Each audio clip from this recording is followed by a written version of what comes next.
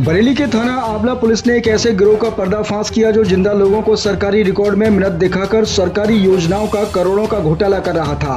Police ने गिरोह के 4 सदस्यों को गिरफ्तार किया है। गिरोह ग्रामीणों को सरकारी सहायता योजनाओं का लालच देते थे और आधार कार्ड सहित कागज ले लेते थे और फर्जी मृत्यु प्रमाण पत्र बनाते। इसके बाद पेंशन की रकम अपने खातों में ट्रांसफर कर लेते। आरोपियों ने अब तक 56 फर्जी विधवा पेंशन, 2 फर्जी वृद्धावस्था पेंशन के माध्यम से 1,23,22,000 रुपए का फर्जीवाड़ा किया।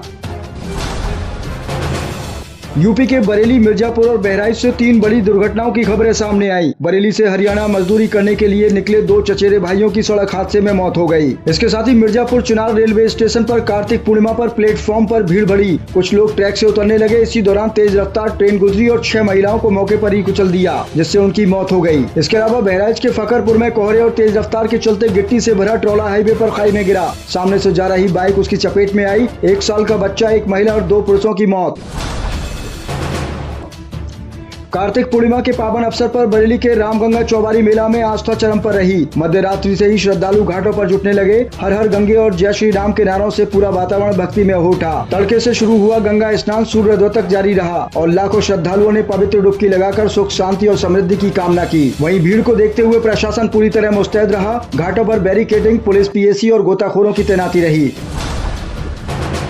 सहारनपुर वाया बरेली लखनऊ रूट पर चलने वाली वंदे भारत एक्सप्रेस अब 8 नवंबर से ट्रैक पर दौड़ने जा रही है। प्रधानमंत्री नरेंद्र मोदी इसी दिन 3 नई वंदे भारत ट्रेनों को हरी झंडी दिखाएंगे। इनमें से एक ट्रेन बरेली होकर गुजरने वाली तीसरी वंदे भारत बनेगी, जिससे यात्रियों को तेज, आरामदायक और सीधी यात्रा की सुविधा मिलेगी। रेलवे ने ट्रेन का टाइम टेबल भी जारी कर दिया है, लेकिन किराया ऑनलाइन बुकिंग अभी शुरू नहीं हुई है।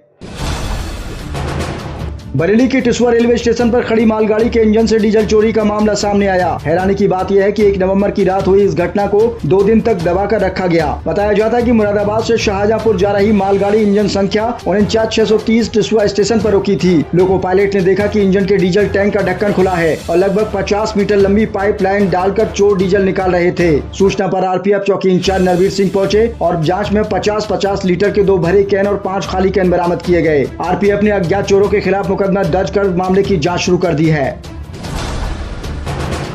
बदायूं के ओसावा क्षेत्र के वार्ड नंबर 4 में बुधवार शाम 28 वर्षीय किसान अवरेश यादव की अज्ञात हमलावरों ने गोली मारकर हत्या कर दी। घटना ट्यूबवेल के पास हुई, जहां अवरेश बैठे हुए थे। गोली की आवाज से ग्रामीणों में हड़कंप मच गया। सूचना पर पहुंची पुलिस छानबीन में जुट गई है। साथ ही शव को पोस्टमार्टम के लिए भेज दिया गया है।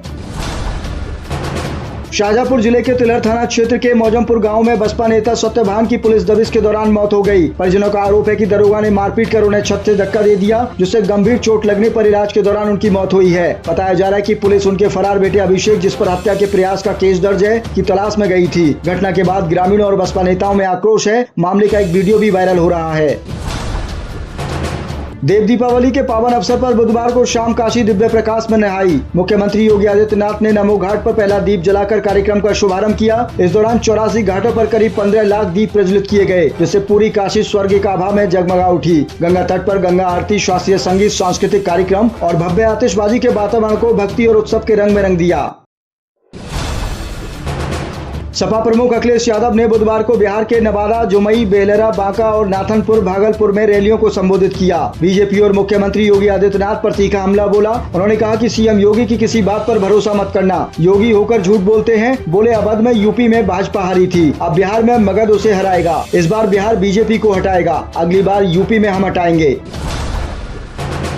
बिहार की सियासत में आज बयानबाजी तेज रही। राजद नेता तेजस्वी यादव ने कार्तिक पूर्णिमा और गुरु नानक जयंती की शुभकामनाएं देते हुए कहा कि गौरा बोराम में वीआईपी उम्मीदवार संतोष साहनी द्वारा नामांकन वापस लेना उनका व्यक्तिगत फैसला है। तेजस्वी बोले, हम लोग अलग नहीं हैं। वहीं कांग्रेस महासचिव प्रियंका गांधी वाड्रा ने वाल्मीकि नगर और चनपटिया की सभाओं में केंद्र सरकार पर कड़ा हमला किया। और उधर राहुल गांधी ने भी हरियाणा चुनाव को लेकर वोट चोरी का मुद्दा उठाया और चुनावी प्रक्रिया पर सवाल खड़े किए। उत्तर प्रदेश के मुख्यमंत्री योगी आदित्यनाथ ने जवाब में कहा कि एनडीए की एकजुटता मजबूत है, बिहार में फिर से जंगल राज नहीं आने दिया जाएगा। जबकि समाजवादी पार्टी के प्रमुख अखिलेश यादव ने बेलहर और नाथनगर में रैली करते हुए बड़ा राजनीतिक बयान दिया। उन्होंने कहा कि इस बार बिहार बीजेपी को हटाएगा, अगली बार यूपी में हम हटाएंगे।